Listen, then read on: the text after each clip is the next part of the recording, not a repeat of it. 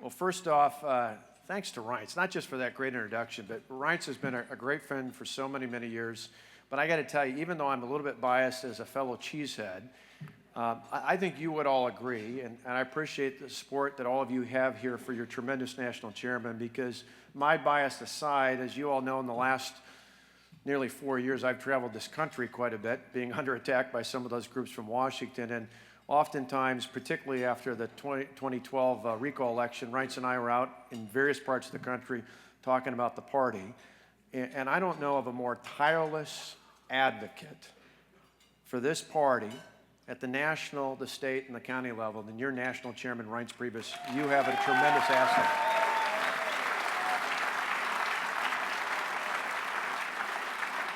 And we appreciate the support, not only financially, but Reince, as he mentioned, not just in the last campaign, but the others. Sharon's been in a bunch of times. Obviously, our team here from Wisconsin that are representing the RNC with Brad Courtney, Steve King, and Mary Buston, longtime friends of mine and just great leaders, but I know have stayed connected with so many of you because there are plenty of war stories to tell over the last couple years. But we appreciate all the support of the RNC. But I want to tell you personally, as I look around this room, I see so many people who helped our campaign out, particularly 2 years ago in 2012. I see people who literally made phone calls or sent caravans out that helped us on the grassroots level, not only from neighboring states, but in many cases from many states away. I see many of you who made financial contributions, and we deeply appreciate that. But tonight, more than anything, I want to tell you on behalf of Tonette and I and our two sons, Matt and Alex, I want to thank so many of you I see tonight who prayed for the two of us and for the four of us during the last 4 years. That meant all the difference in the world to us. Don't stop. We appreciate those prayers all along the way. In fact, Reince talked about our good friend. Reince grew up in one part of southeastern Wisconsin. I grew up in Delavan. Paul Ryan grew up about 15 miles down the other way. And I remember the day that Mitt picked Paul to be on the ticket. It was on the USS Wisconsin in Norfolk, Virginia. And we were watching it, and I'm not afraid to admit it as a strong man. I was crying like a baby. Tonette and I both were as we were watching, because as the Kings know, growing up in Janesville, which is just down the way from where I grew up, that was like watching one of your family up there. I mean, that was like literally like watching one of the cousins up there. And so about 5 minutes after the speech is done, obviously Paul and Mitt are back, and I look at my phone, and there's a phone number ringing, and it doesn't have a name attached to it. And as you can imagine, in my job, I don't rarely answer those calls because the media would know I might end up talking to one of them unexpectedly, and I don't want to do that. But you know, God's providence, that day, that Saturday afternoon, I decided to pick the phone up, and it was Paul calling from the ship. And I told Paul that Tonette and I were still trying to get over ourselves, that we were crying, we were so happy for him and so proud. Not just that he was from Wisconsin, but all of you who know Paul well know that he's one of those unique individuals in politics, someone who actually cares more about doing something great than being somebody great. I think that's part of the reason why Mitt picked him. And so we were telling him how proud we were, and then Paul actually said to me, he goes, "You got any advice?" And I'm thinking, here's a national leader, he knows the budget inside and out, and he says, "No, really." He said, "You just went through this recall election. It's probably the closest thing I'm going to go through to the next several months. What advice do you have?" And I thought for a minute. I said, "Paul, you're going to be fine. You know the issues. You're on top of things." I said, "Tomorrow you're going to be in Iowa. My only advice or perspective for you is you're going to meet people tomorrow. We're going to shake your hand and pat you in the back and tell you good luck, and that's all great and wonderful. But every once in a while, you're going to run into someone who's going to reach out and tell you they're praying for you." I said, what I found when I traveled the state, particularly at the height of the protest leading into the recall, was the most affirming things for me weren't people who said they were voting for me. They were people who said they were praying for me. I said, tomorrow, Paul, people will tell you that. You need to reach out and touch them, because you will feel the power of God's presence when you do that. The next night, that Sunday night, I got a text from Paul, and he said, "Wow, you weren't kidding." It really works. So to all of you who've done that before, not just for me, but for all the other candidates and all the others working hard, don't let up. We appreciate that. You might think it goes unnoticed, but it doesn't, particularly not just for those of us in office, but particularly for our families. One other, just a side note, we're in San Diego. I can't resist bringing this up because and I was so moved by those words before the pledge, because I thought that was so fitting that I've actually been to that national memorial, or that cemetery, and it's fitting that they're on the hill overlooking the bay, because it's kind of like God's providence looking out for the safety of our Marines and our naval operations here in San Diego. But I'm proud to say, like everything, it has a connection to Wisconsin. The USS Freedom is housed here at the Naval Operations. I was honored before I was governor, when I was the county executive, the first and only Republican to hold that position.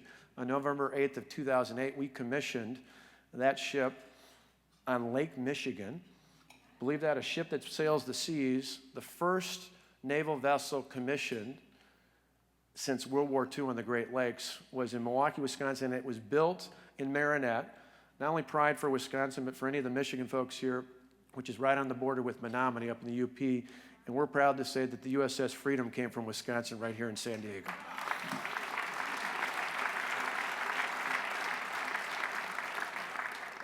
Tonight, though, I want to share with you, when I was first thinking about running for governor in 2009, you can imagine being in office before, having tough positions. I was the county executive in Milwaukee County, the first, as I mentioned, and only Republican to ever held that spot. I'd been through tough times before.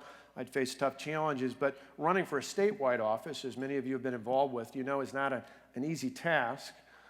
And so early in 2009, Tonette and I sat down and talked to a number of people about it. We talked about the politics of it, and then we sat down as a family and talked about and thought about, and most importantly, prayed about getting in the race. And I got to tell you, the motivation for me, and I'm glad it was when we made that decision in 2009, because it was even more important when later in 2011 and 2012, we were under the kind of attack that we were by forces not only from within our state, but from around the country.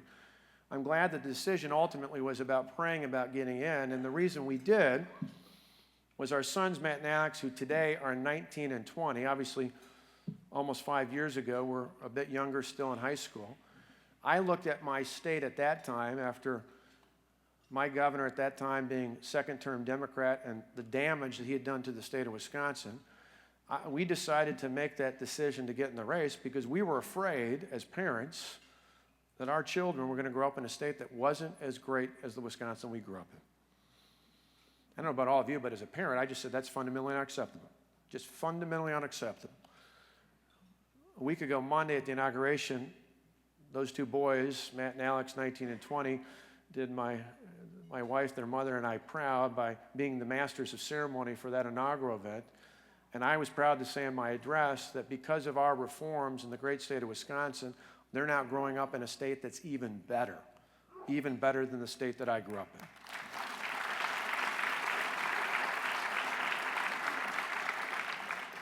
I share that with you tonight because you see, as much as I feel great about my state, and as I look around the country, as Wright's mentioned, there's a lot of other states that have improved, particularly over the last 4 years, because of Republican leadership in our governor's offices. Now, I wasn't the only one targeted this last time. I think of my friend Rick Schneider in Michigan, or Rick Scott in Florida, or a whole number of others out there, but the three of us, I think, were kind of top of the list.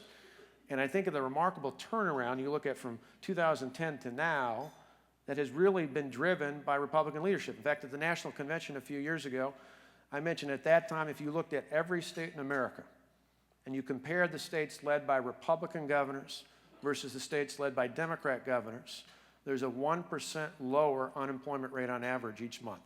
Now, some might say, well, that includes Texas. That's true, but it also included Michigan and Ohio and Wisconsin, states that once were called the Rust Belt, that have fundamentally turned things around.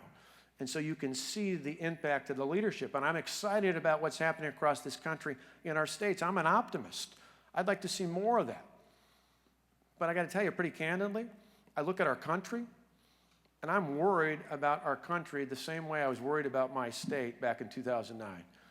I'm worried that my sons, Matt and Alex, and others in their generation, and someday, God willing, I'm lucky that Tonette and I are grandparents, hopefully not too soon, but someday when we're grandparents, or we look at not only that generation, but those yet unborn, I look at the future and I'm worried, not just on an economic standpoint, but I'm worried when it comes to the safety of this world. I'm worried that they might not grow up in an America as great as the country we grew up in.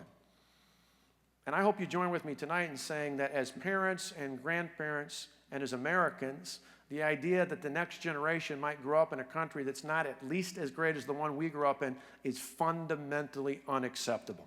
Fundamentally unacceptable.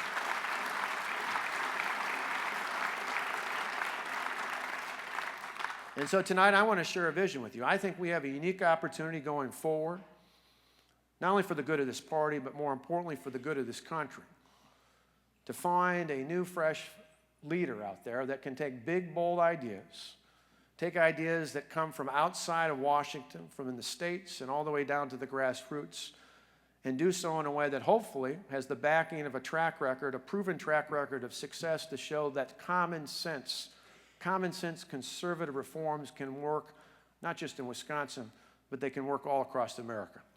But we've got to have the courage to act on those. And so I want to spend a few minutes before we get on to RNC's big party tonight and have a chance to socialize a little bit and celebrate, and we'll see you later tonight and a little bit tomorrow morning. But before we head back home, to share a little bit of thoughts about the future.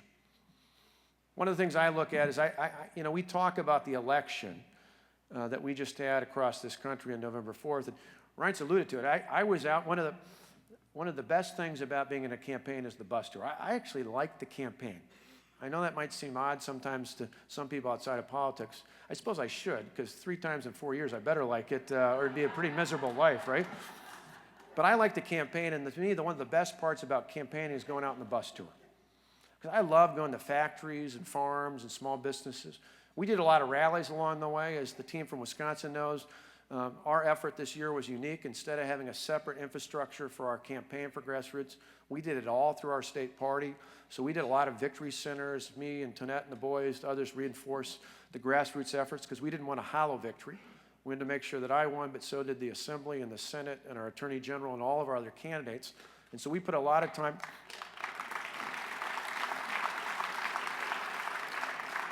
We put a lot of time and effort into that, but in addition to going to safe places like our victory centers, we went to a lot of businesses where maybe the general manager and owner knew me, but I had no idea where the workforce was going to be. And so I had to make a case to convince voters, and that was one of the most enjoyable parts about going on these stops around the state. You actually get a chance to talk to people and tell them about your vision. And I got to tell you, one of the things I picked up loud and clear from people in our state, even though I wasn't running in a federal election, was that people don't care much for Washington. People don't care much for Washington. In fact, I think the big loser on November 4th, nationally, even in the U.S. Senate elections, wasn't just the president, it was Washington. Because if there's one thing that people inherently know to be true is they don't care much for what's going on in our nation's capital.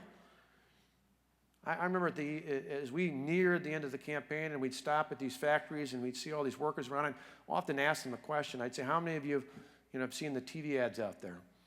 How many are watching TV? How many have seen the TV ads? And you'd hear the groans. And I said, did you notice something interesting? In our state, Washington had picked a candidate. They got firmly behind it. We had the national president of the NEA, the teachers union, the national president of the AFL-CIO, and the national president of the AFSCME all come into my state in 2014 and say I was their number one target. Not just number one governor, I was their number one target, House, Senate, governor. On top of that, we had the President of the United States, we had Clinton, we had Warren, we had just about every other surrogate from Washington come into our state and say, this guy needs to leave. We need to get this guy out. Now, in contrast, we didn't bring any surrogates in. Of course, full disclosure a little bit is when you got Paul Ryan, Ron Johnson, Sean Duffy, and Reed Ribble, and Reince, you don't need any surrogates because you got them all in your own state to begin with. But we talked about the campaign, and I pointed out that Washington had picked a candidate.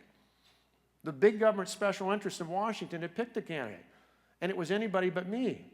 And the reason for it was simple. It was simple. It wasn't just because I was a Republican.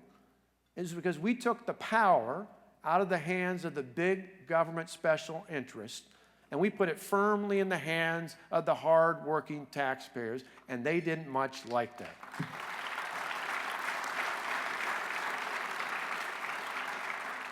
In fact, the reason we were so high on their target list was because they were worried if we won, it might catch on. And I'm hopeful it will, not just in other states, but with mayors and local officials and others out there who realize you can take on the powerful special interests, you can take on the big government union bosses, and you can put the power not only in the hands of the hardworking taxpayers, you can put the power back in the hands of the hardworking workers and give them the freedom to choose in a way that puts them in charge as well as the taxpayers.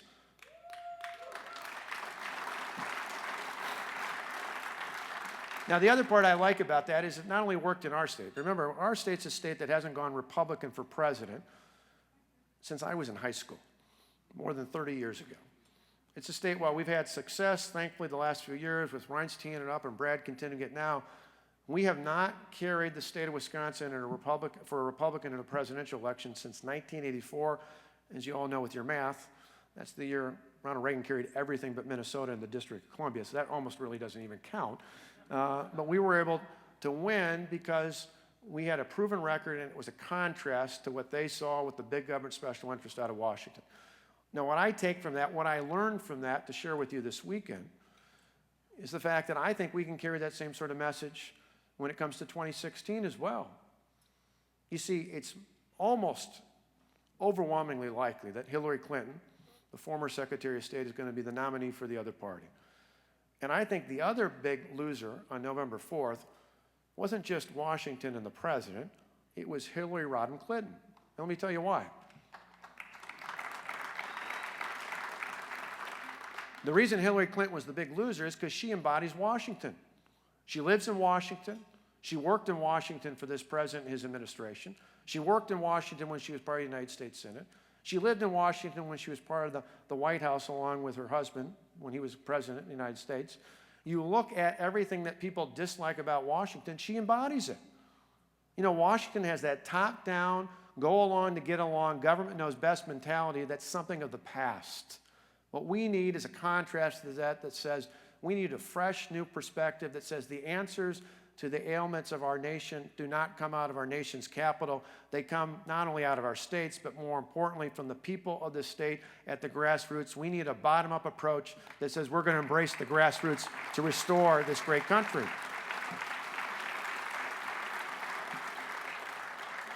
And so what we found was, in addition to Washington, people want that fresh new look. They want exciting ideas out there. Now, that's the other thing we learned on the bus tour. One of the interesting things out there was I would get to the point where I would ask about these workers that I'd visit along the way and other folks at other events out there and ask them if they had seen TV, ask them about the ads, and then I'd say, how many of you have noticed the difference in the ads?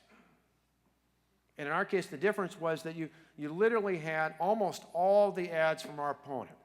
Not just my actual opponent, but all the groups that brought money into the state of Wisconsin from Washington. Almost every one of those ads, particularly at the end, were about attacking me. They were about saying, here's who you should vote against. And then I would look into the face, like we're looking right now, of the people I was talking to as voters out there, and say, how many of you have noticed the contrast is almost every one of our ads at the end was me sitting in a chair in what looked like a living room, of just about any living room in our state, and talking about what we were for. And I would highlight that to the voters of our state, saying, there's a difference out there. The people in Washington want you to vote against something. We want you to be for something. In our case, it was for a better Wisconsin, for a better future for my children and someday my grandchildren. When I look at the future of this country, I think that's what Americans want as well. Not just as Republicans. In our state, we had to carry nearly every Republican vote in the state of Wisconsin, literally, almost every one of them out there. But that's not enough to win. We had to carry independents by double digits, and we actually took on even a margin of what I call discerning Democrats out there to win the election in a state that tips historically to the blue and not to the red side of the equation. Why? Because we actually had a vision of how we were going to make our state better. I think looking ahead, people don't want to be against something. Doesn't mean we won't make a legitimate contrast when it's needed. We should do that as a party, but we have to stand for something. We should stand for a better America. We should stand for a better economy. We should stand for a better government. I was just talking about this the other night in our State of the State address. We should say we're the ones who want to stand for a better government, but that means a government that's more accountable to the public, that's more efficient, that's more effective, a government that understands. I think like all of you here, I believe the federal government has grown too big, it's too intrusive in our lives, but fundamentally we need to rein it in. But in doing so, we should expect that the government that's reasonable to have, we should expect that it works well.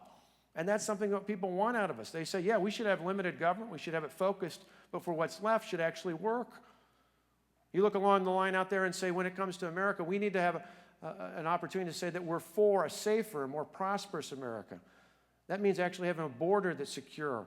and making sure that not only our allies know that we'll stand with them, but our adversaries know that if they're going to step up like the radical Islamic terrorists that we saw in places like France, that we're going to have a leader and leadership in this country that's going to stand up and take that on. We need to fundamentally act on that.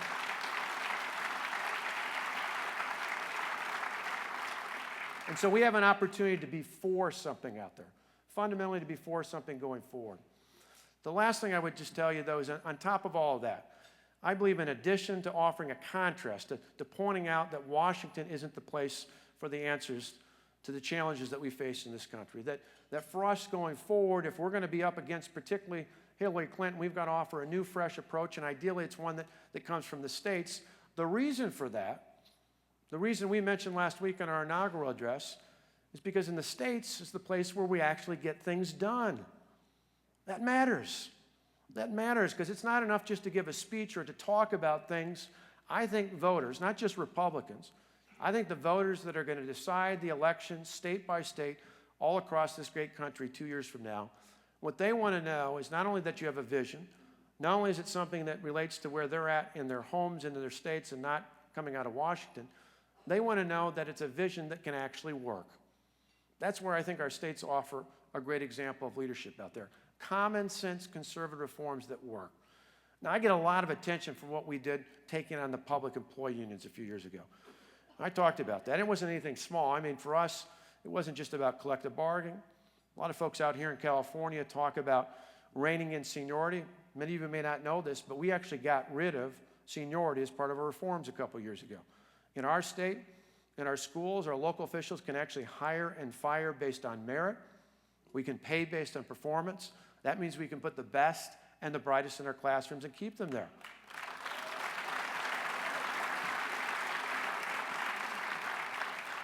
I said, as Republicans, we shouldn't be afraid to talk about education, but education, being pro-education, doesn't mean that you have to be about putting more money into education.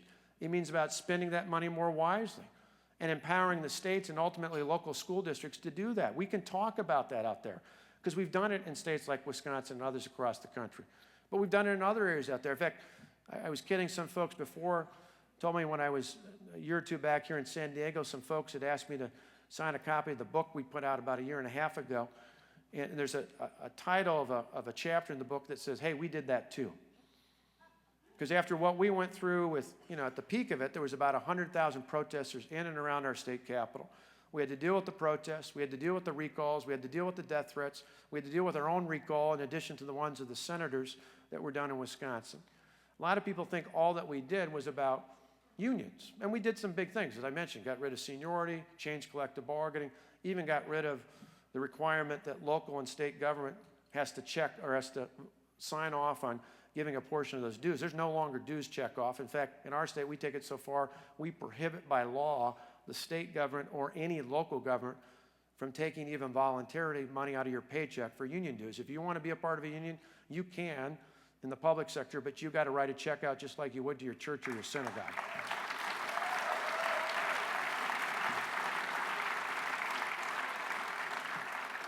But in addition to all of that, what we did was a whole lot of other good things. Because of our reforms, we relieved the burden of the taxpayers of our state, the hardworking taxpayers of our state, by some $2 billion. Some $2 billion in tax relief. In fact, I'm proud to say I promised every year I was in office we'd lower the tax burden overall in our state. We did it each of the last 4 years, and just a few weeks ago, in December of 2014, property taxes for a typical home in our state were literally $141 lower than they were in December of 2010. Can you imagine that anywhere else in the country? We're actually proud to say that we did that in the great state of Wisconsin.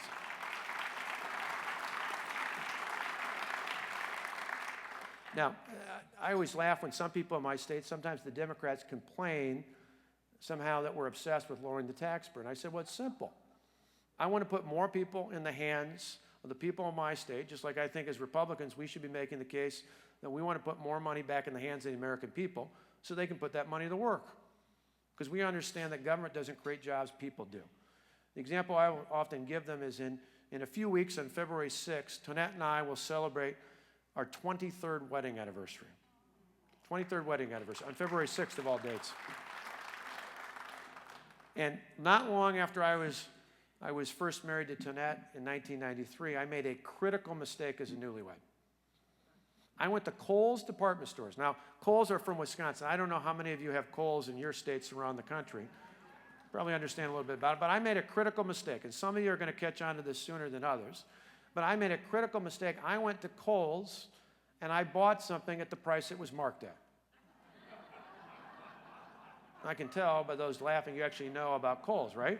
So now I know if I'm going to go buy a new shirt at Kohl's, I go to the front rack, and I go to the sign that says was $29.99, and now it's $19.99. And then I go from that rack up to the cash register, and I give the clerk my Kohl's credit card, and I get another 10 or 15% off, right?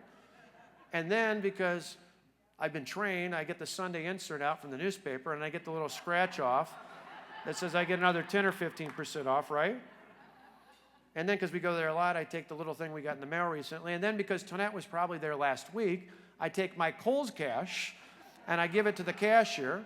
And next thing you know, they're paying me to buy that shirt, right? Right? Well, not quite, but close. So how does a company like Kohl's make any money? How do they make any money? They make it off of volume, right? They make it off of volume. To me, that's the same principle with your money, the taxpayers' money. I could charge you higher rates, and a few of you might be able to afford it, or I could lower the rates here and all across America. As Republicans, we could advocate for that and make the case that if you lower the cost of doing business, if you lower the cost of living in this great country, people might actually take that money and put it to work, not only for the people who are here, but for the employers who are stuck sending jobs overseas. Maybe that policy might actually bring more of those jobs back to America, where Americans could be put back to work. How about that for a strategy?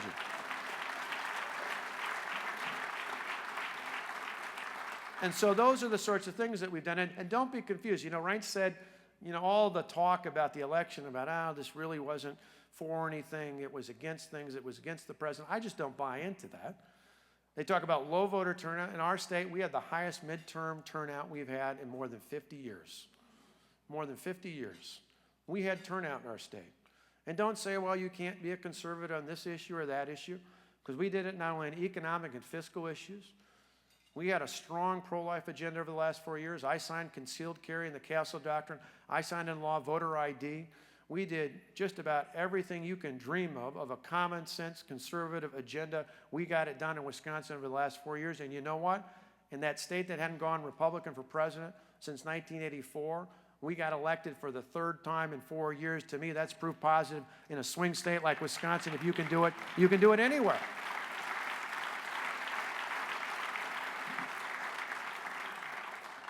But one of the other exciting things that we did that I don't think we talk enough about,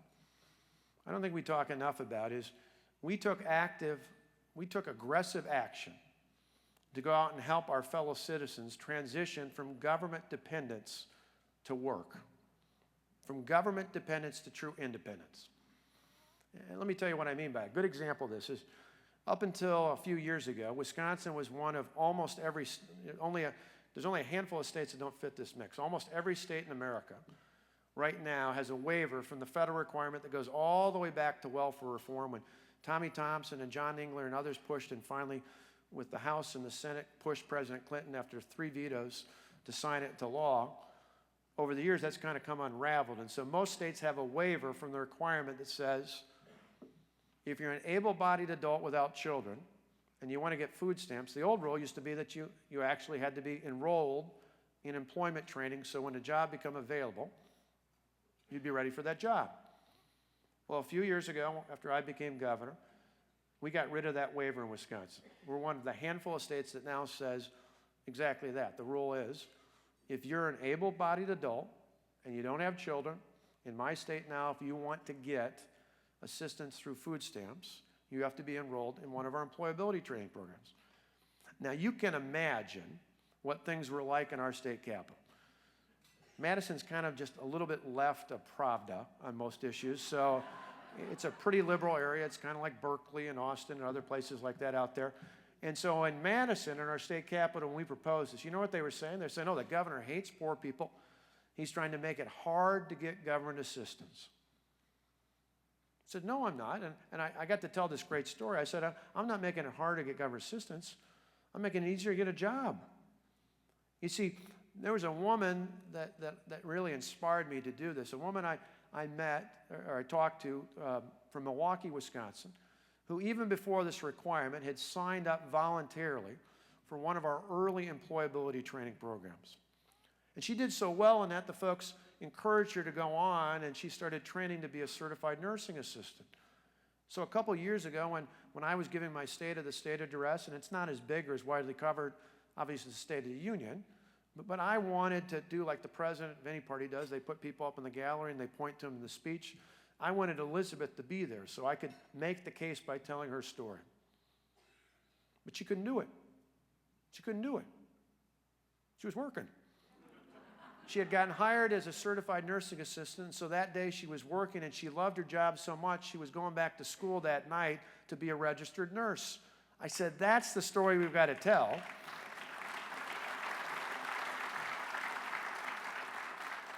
That's the optimistic story we need to tell, because you see, when we make grown-up decisions about our resources in our state, in our local, and increasingly now in our federal government, it can't just be about numbers. It's got to be about stories like Elizabeth. Because you see, the fundamental difference, I think, that's on display here in that discussion is there's a real difference between Democrats and Republicans. Democrats, like the president and others out there, they measure success in government by how many people are dependent on the government, by how many people are on food stamps, by how many people are on unemployment, by how many people are on Medicaid. That's how they measure success. We as Republicans should measure success by how many people are no longer dependent on the government.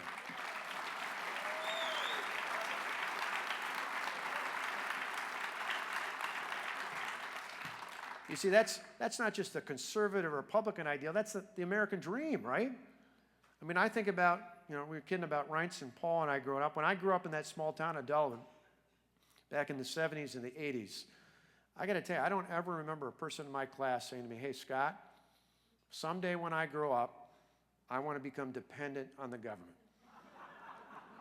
And over the years, I've had the great opportunity to meet people from all over the world who throughout the years have come to this country, and in this case have landed in my state, and they tell me these amazing stories of working 2 or 3 jobs and starting up a business and eventually being successful today. And not a one of them ever says to me, the reason I came to this country was to become dependent on the government. Now, sometimes I wish my children and others like them would hear those stories more often, because they're a great American story. Because you see, for people like those folks I just mentioned, the folks that I've met who've come here from elsewhere, overwhelmingly, there are people who tell me the reason they came here was because America is one of the few, if only, places left in the world where it doesn't matter. It doesn't matter what class you were born into. It doesn't matter what your parents did for a living. In America, you can be and do anything you want. The opportunity is equal for all, but the outcome should be up to each and every one of us.